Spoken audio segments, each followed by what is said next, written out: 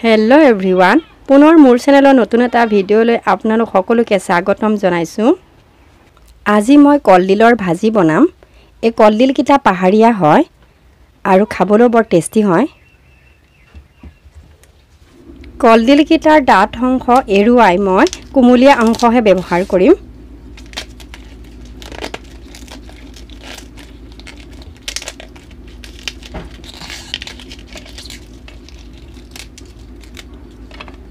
কলডিল কিটাৰ বাকলি গুচাই হৈ গ'ল। এতিয়া এইকিটা মই ধুই মিহি মিহিকে কাটি লম। কলডিলখিনি মিহি মিহি সাইজত এনেদৰে মই কাটি লৈছো। লগতে এটা আলু মিডিয়াম সাইজৰ সৰু পাতলকে মিহিকৈ এনেদৰে কাটি লৈছো। নহৰু 6-7 ফুটামান মই লৈছো, বাকলিৰ সৈতে থেতেলিয়াই দিছো। কেঁচা জলকীয়া 2টা লৈছো, শুকান জলকীয়া 1টা লৈছো আৰু তেজপাত 2 খিলা লৈছো। কলডিল ভাজিখনৰ প্ৰয়োজন অনুসৰি মই কেৰাহীটোত অলপ তেল দিছো। এতিয়া তেলখিনি গৰম হৈ গ'ল। তাত মই এতিয়া থেতেলিয়াই লোৱা নহৰু কিফুট দি দিম।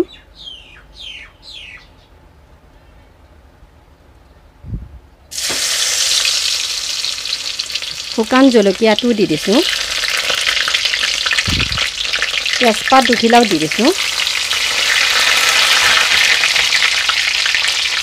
এতিয়া মই এইখিনি অলপ ৰঙচুৱা হোৱালৈকে ভাজি থাকিম। নহৰুখিনি ৰঙচুৱা হৈ গ'ল।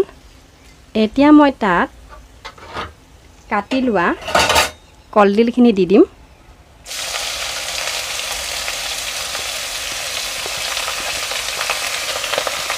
আলুখিনিও দি দিছো। কেঁচা জলকীয়া 2টাও দি দিছো।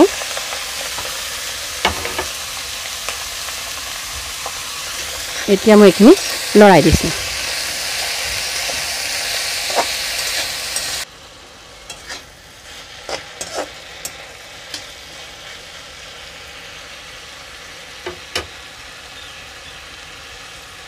হালধি পাউডাৰ আধা চামুচ দি দিছো।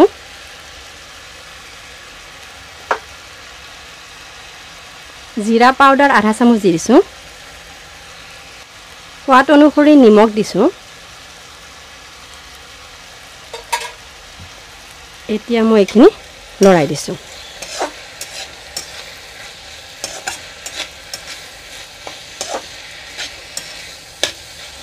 কলডিলৰ ভাজিখন মই কম জুইত ভাজি থাকিম।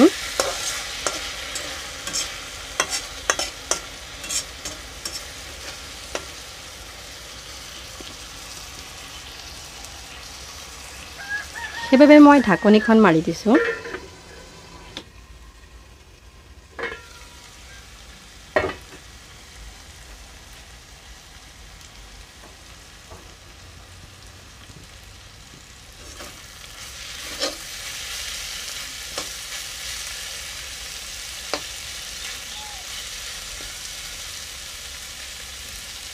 ভাজিখিনি মই এনেদৰে অলপ মেলি দিছো।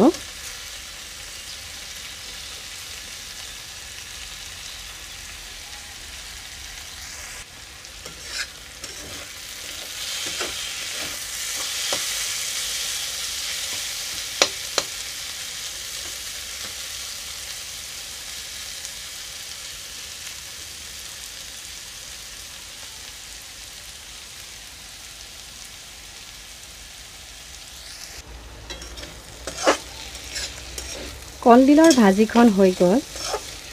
আপোনালোকে যদি এনেদৰে বনাই খোৱা নাই, নিশ্চয় এবাৰ ঘৰত বনাই খাই চাব।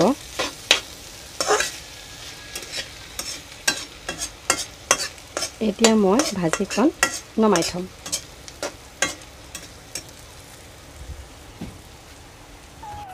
আপোনালোকে যদি মোৰ ভিডিঅ'সমূহ চাই ভাল পাইছে তেতিয়াহ'লে লাইক, শ্বেয়াৰ আৰু চেনেলটো ছাবস্ক্ৰাইব কৰি দিবলৈ নাপাহৰিব।